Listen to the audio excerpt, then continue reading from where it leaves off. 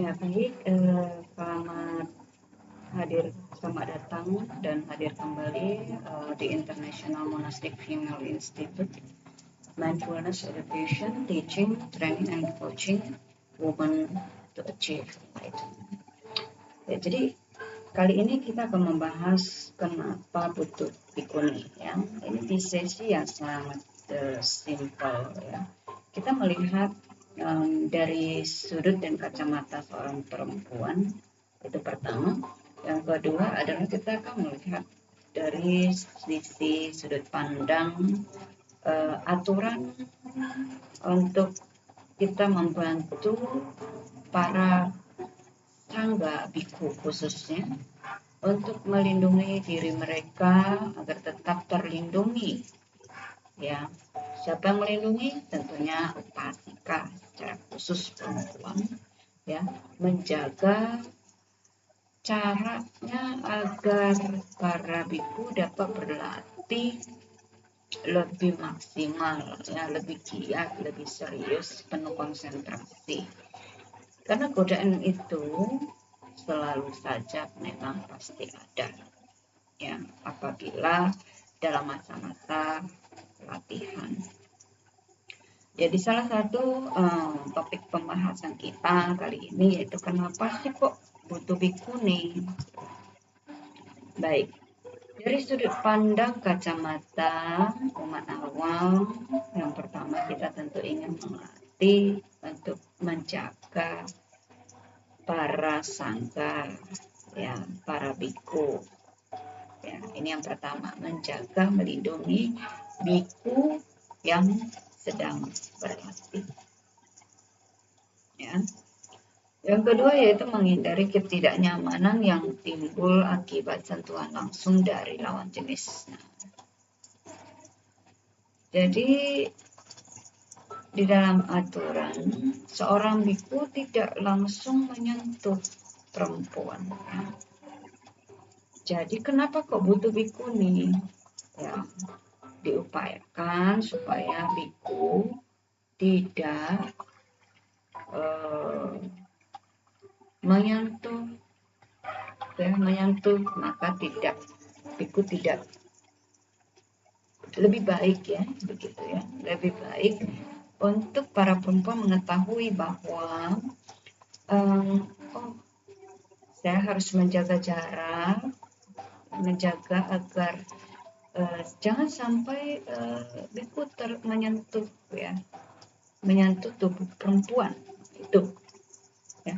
Jadi sekarang perempuan-perempuan kurang paham, ya, kurang mengerti, ya. Jadi bagaimana caranya supaya biku tidak langsung menyentuh perempuan, ya. Maka ketika Pabaja sama Neri misalnya, ketika Pabaja sama Neri seperti itu, ya dibutuhkan guru perempuan lebih baik, ya. Yang ketiga yaitu melindungi martabat perempuan. Melindungi martabat perempuan maksudnya bagaimana? Ya, ketika sama-sama menjaga sila yang lebih baik, lebih tinggi, ya, sangga biku menjaga sila yang lebih tinggi, upasika perempuan yang misalkan dari umat awam biasa yang sebelumnya megang Pancasila Buddhis kemudian mengupgrade dirinya dalam pelatihan, misalnya retret, ya, untuk mengambil sila 8 sila atas sila, ya, atau misalkan sila yang lebih tinggi sebagai Pabaja sama Neri untuk latihan, ya, yang lebih tinggi sampai 10 sila, ya. Jadi tujuan sebaiknya yang mencukur perempuan atau memegang kepala perempuan, ya, adalah seorang perempuan. Jadi kenapa kok butuh biku nih? Ya. Jadi kita saling menjaga di sini, ya. Jadi para perempuan tidak secara langsung tersentuh, ya, ada hubungan kontak secara fisik. Kenapa ini penting untuk diketahui oleh umat awam perempuan? Karena para biku sangga sulit untuk melakukan peneguran atau sulit menjadi orang ya, maksudnya kangkocol.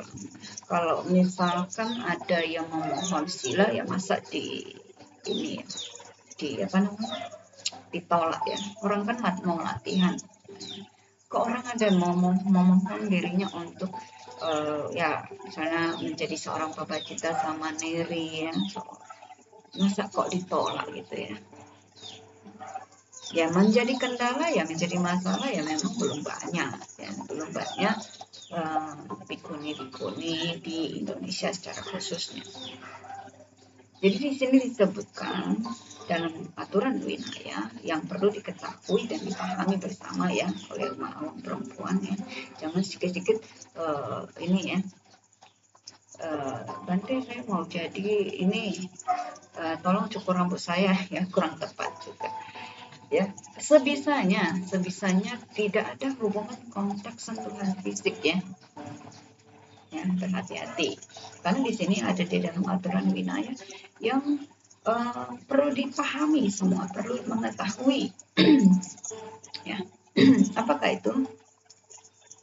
Dikatakan demikian, biku manapun yang dikuasai oleh nafsu dengan pikiran yang bernoda, terlibat sentuhan fisik dengan seorang wanita, atau memegang tangannya, atau memegang ikatan rambutnya, atau memeluk bagian-bagian tubuhnya,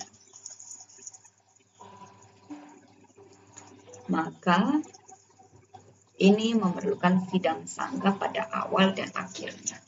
Sidang sangga ya dimaksud itu minimum 20 anggota sangga bersama-sama melakukan satu persidangan. Ya. Jadi namanya sangga di sesa. Jadi di sini kita lihat apa sih yang perlu diwaspadai. Jadi di sini tidak hanya berlaku untuk seorang sangga biku saja, sangga bikuni juga berhati-hati, Sikamana berhati-hati, Samaneri Samanera berhati-hati. Umat awam yang berlatih atas sila pun berhati-hati ya, supaya tidak terjadi pelanggaran. Ini ada hal yang perlu diwaspadai seperti ini.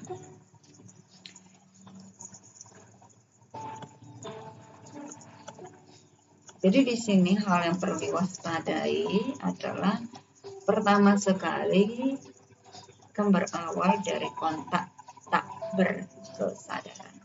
Artinya misalnya terjadi nih kesenggol. Awalnya mula-mulanya, jadi ceritanya demikian.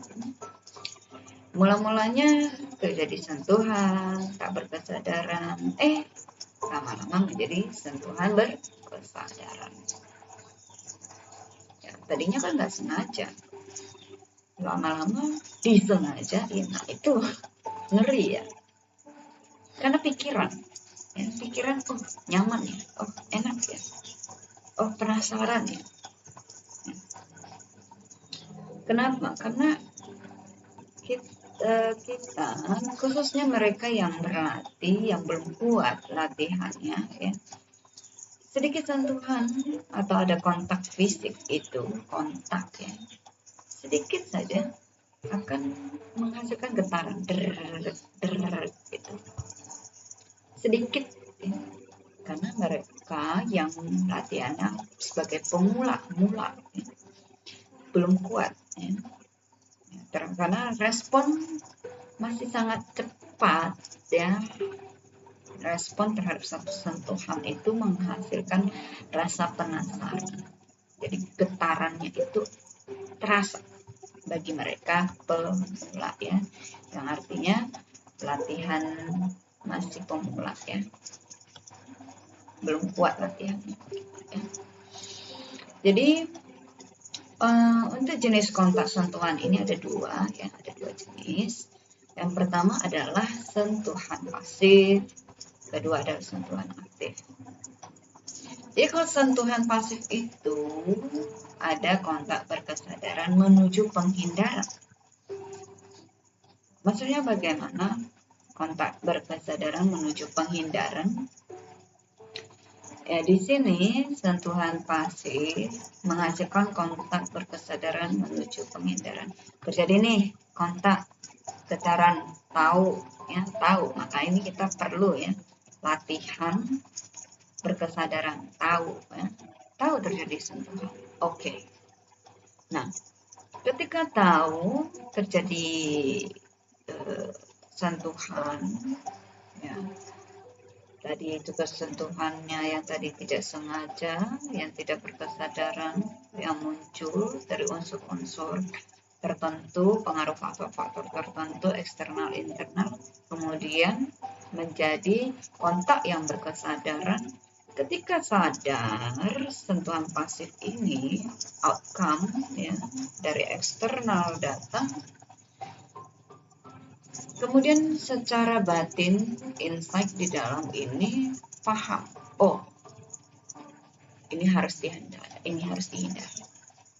Dari insight dalam batin paham, oh ini tidak sewajarnya, oh ini tidak seharusnya, oh ini akan menciptakan bahaya nanti ke depannya bagi diri saya, bagi saya yang sedang berlatih.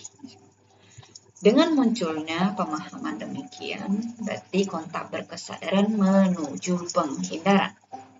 Nah, jika hal ini dipahami, disadari, maka tidak terjadi pelanggaran.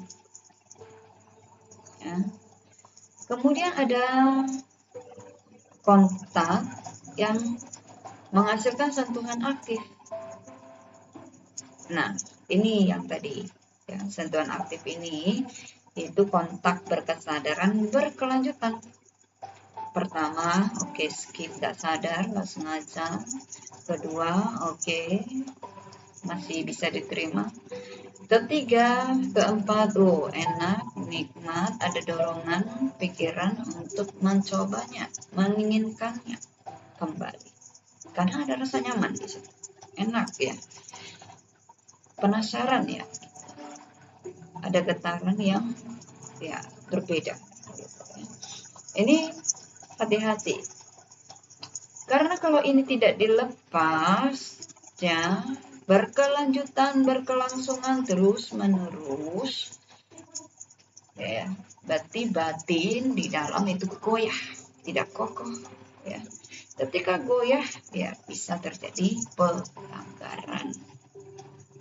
Ini sangat penting sekali untuk para perempuan, khususnya upasika-upasika umat awam, berumah tangga, ataupun tidak, yang sudah menikah ataupun belum menikah, untuk membantu para anggota sangga, biku khususnya, untuk menjaga sila mereka agar tidak lepas jubah. Ya.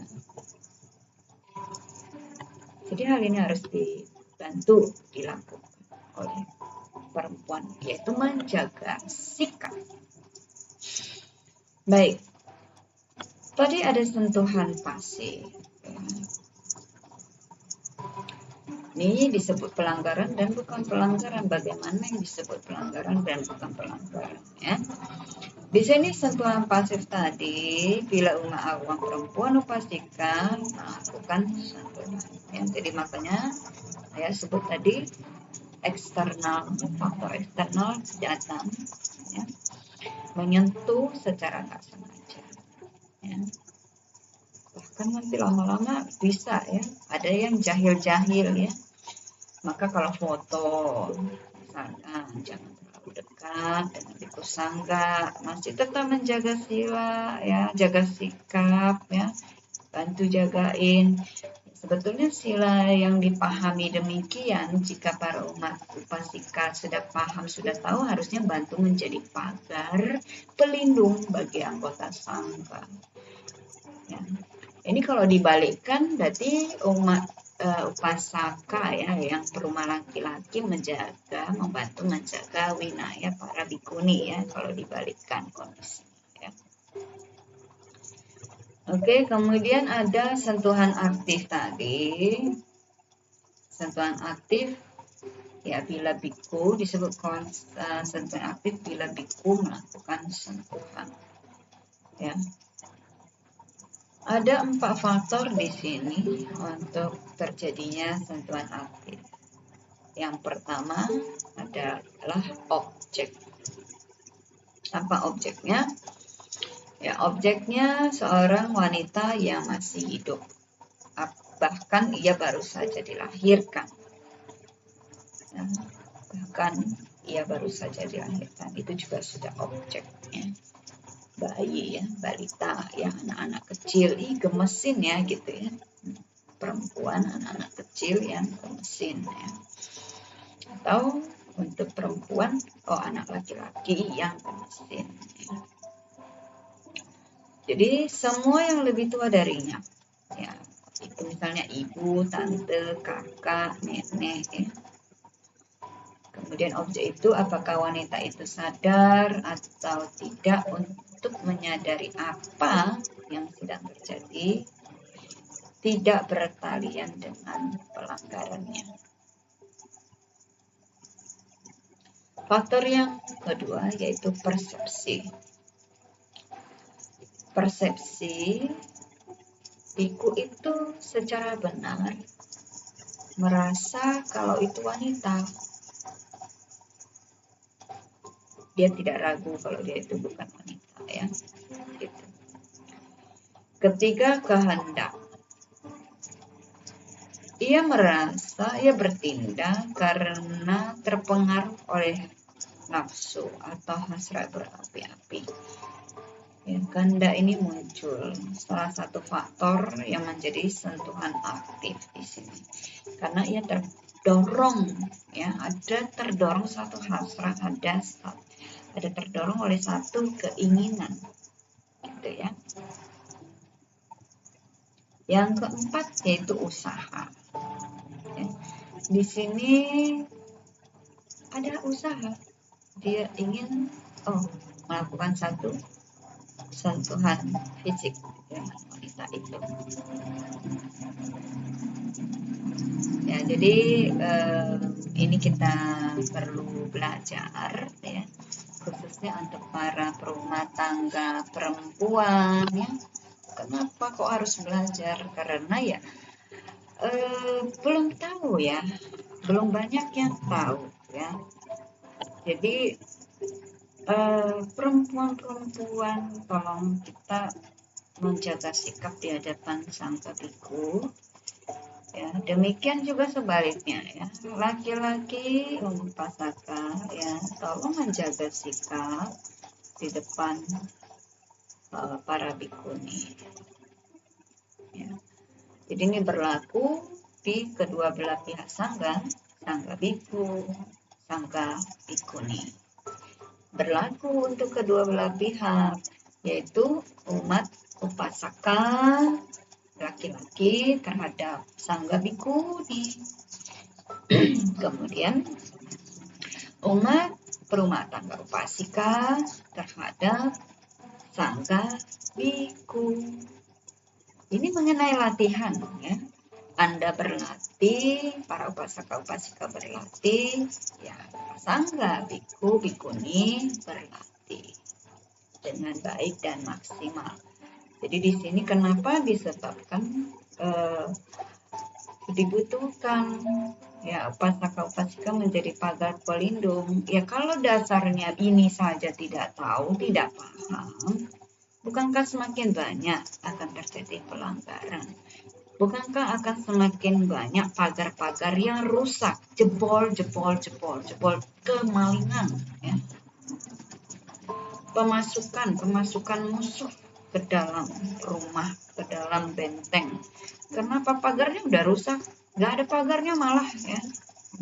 Yang kita sebagai anggota sangga berharapnya tadinya adalah upasaka-upasika yang telaten, yang memiliki sila, pengetahuan sila, menjadi praktek sila di dalam kehidupan sehari-hari, ya, menjadi pelindung, menjadi pagar pelindung, ya, untuk sangga, supaya berlatih maksimal untuk mencapai kesucian murni itu terrealisasi nibbana, itu enlightenment itu terwujud di kehidupan ini.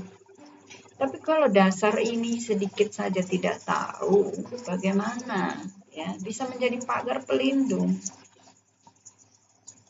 Betul? Ya. Jadi sekarang paham ya.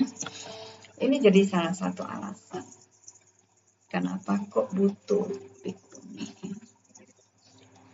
Nah, ini kita lihat apa yang pelanggaran dan bukan pelanggaran ya.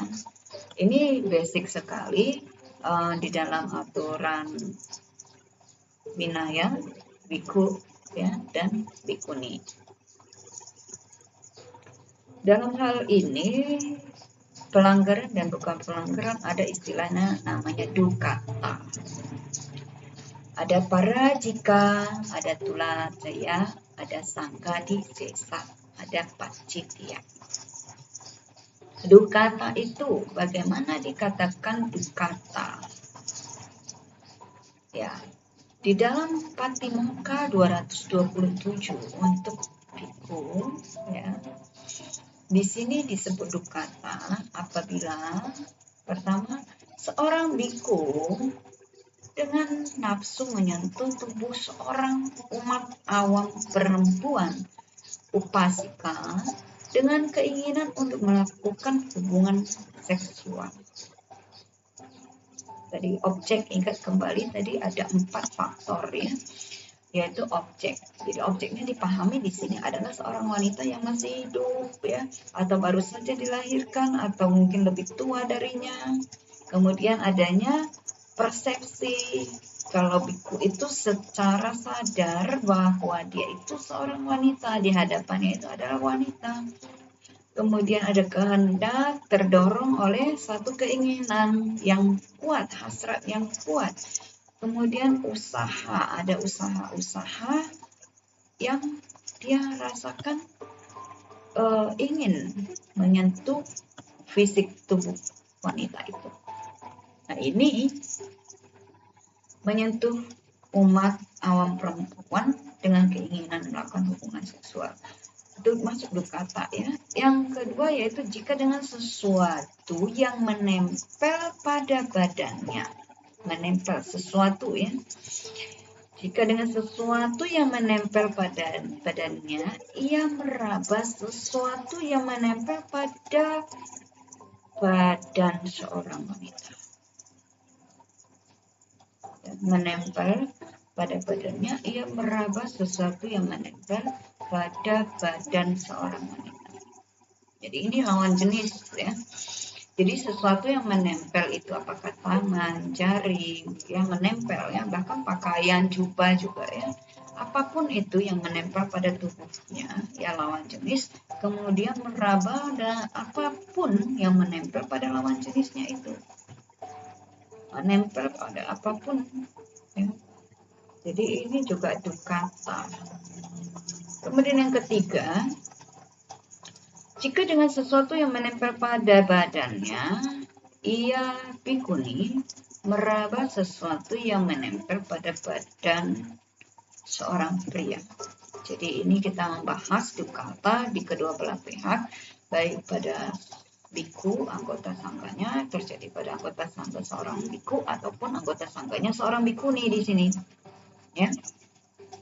Jika seseorang ya, jika dengan sesuatu yang menempel pada badannya, ia bikuni meraba sesuatu yang menempel pada badan seorang pria. Jadi begitu juga ya, biku terhadap upasika maupun bikuni terhadap upasaka. Apapun ya yang ada pada tubuhnya, yang menempel pada badannya, kemudian meraba sesuatu yang ada pada tubuh atau lawan jenisnya ya.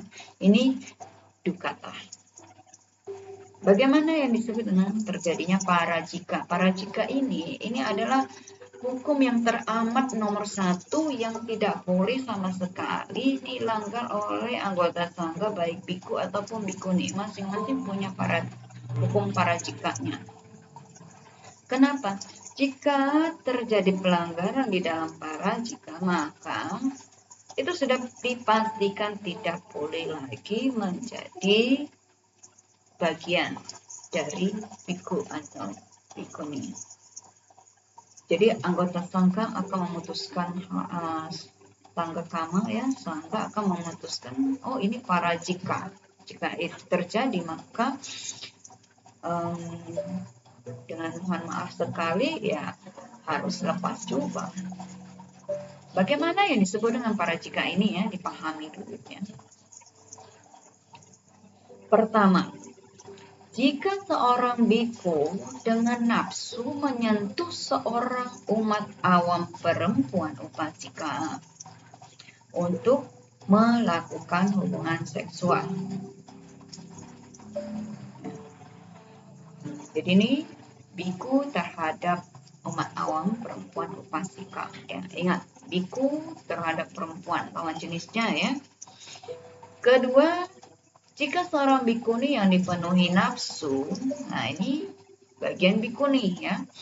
Jadi ini ayah bahas di dua sisi ya, sangga biku dan sangga bikuni. Bagaimana bisa yang disebut dengan dukata, parajika, tulacaya, kemudian sangga disesa ataupun pacitya. Nah yang kedua ini terjadi pada bikuni bila bikuninya dipenuhi oleh nafsu. Untuk menyentuh atau memegang seorang pria yang juga dipenuhi nafsu pada bagian atas tempurung lutut.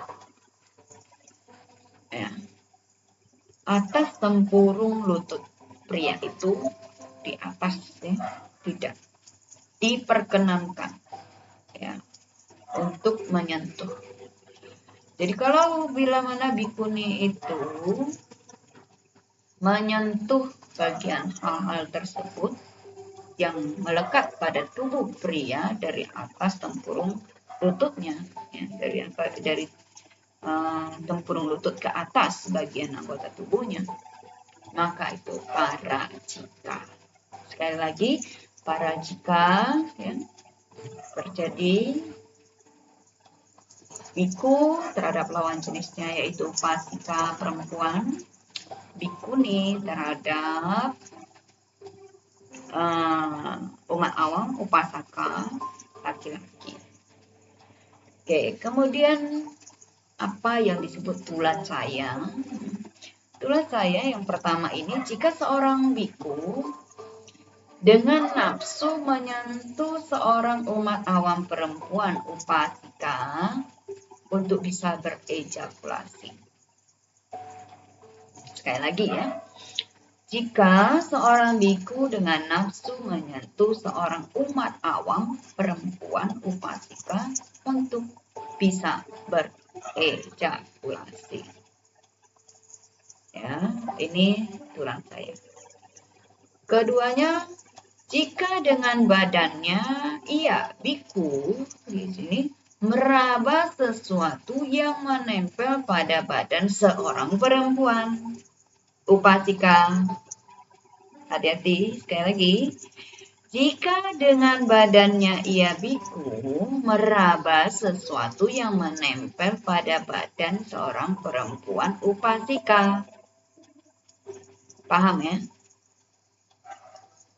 Jadi di dalam hal ini ada hal-hal yang tidak leluasa antara biku terhadap upasika umat berumah tangga perempuan ya. Jadi maka kenapa kok butuh bikuni ya, biku menyentuh perempuan, biku berhubungan dengan perempuan, nah, waspadai ya. Dua-dua pihak harus waspadai, biku harus waspadai, perempuan upasika khususnya tolong jauh lebih waspadai ya, jangan terlalu leluasa gembiar untuk tindakan tubuh jasmani atau body language-nya, tolong dikontrol, di manage menjadi lebih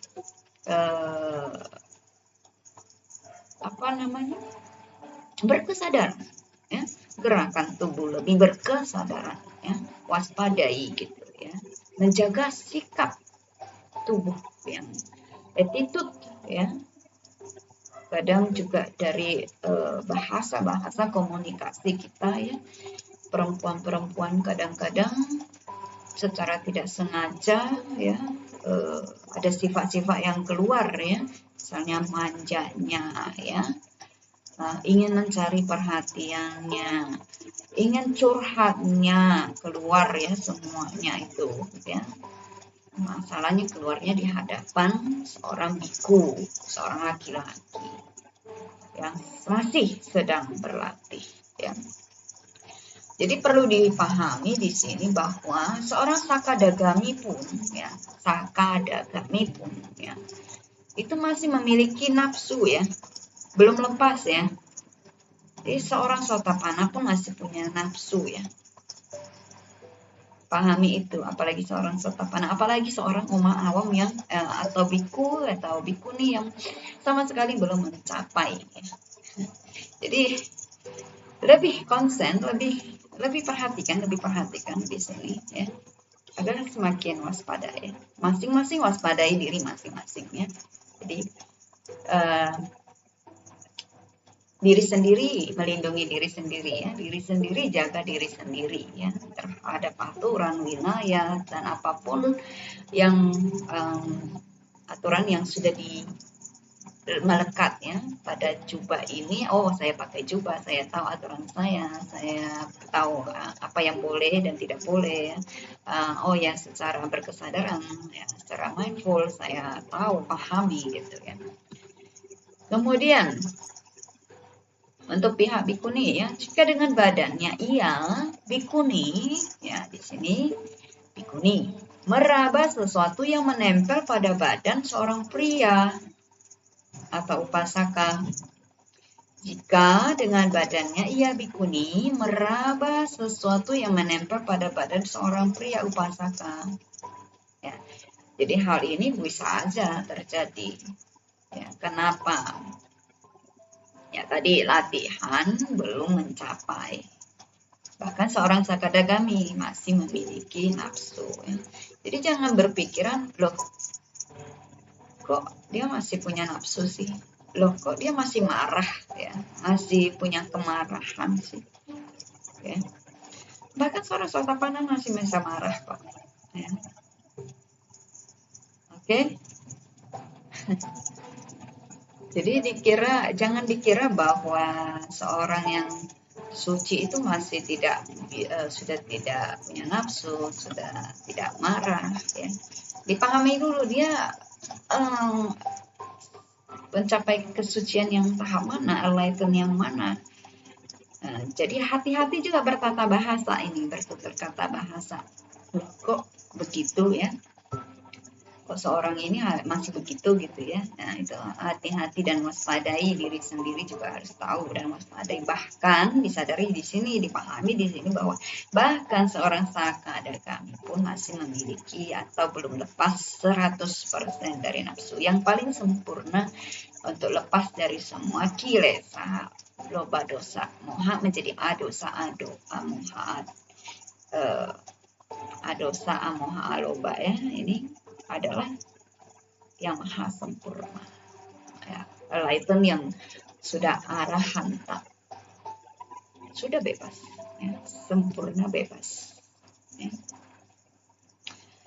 Kemudian apa yang disebut dengan sanggadisesa ya, sanggadisesa yang pertama yaitu jika seorang biku dengan nafsu menyentuh seorang umat awam perempuan upasika untuk mengeluarkan asuci air mani.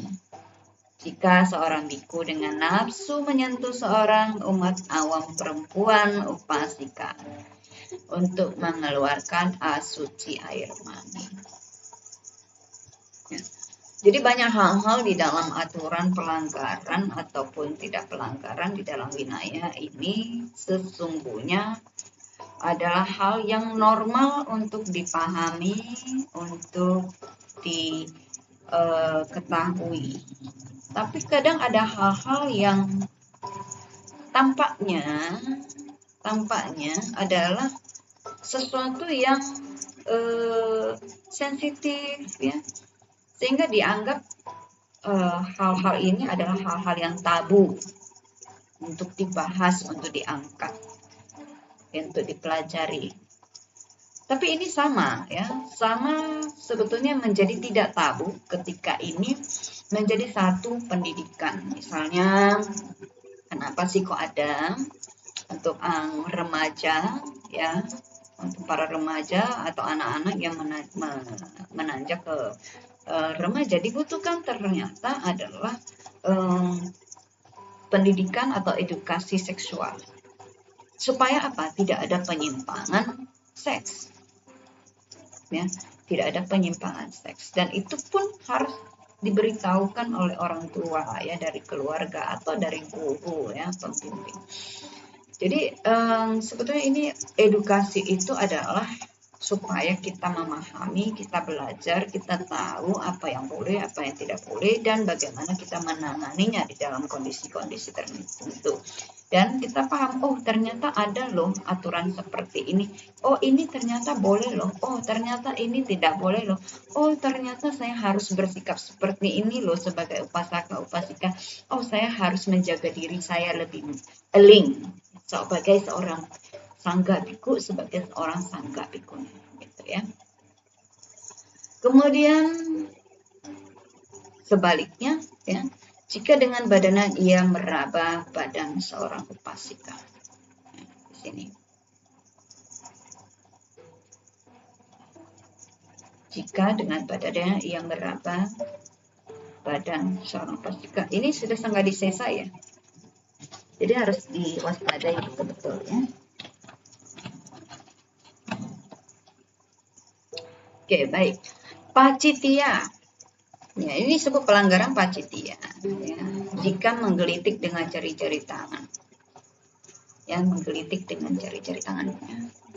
Itu pacitia. Jadi sebetulnya dukata, parajika, tulacaya, sanggadisesa ataupun pacitia, ini aturan-aturan yang kategorinya mana nih yang berat, ya, sangat berat sekali pasti parajika, gitu ya. Mana sih yang sangat berat, yang berat sedang, yang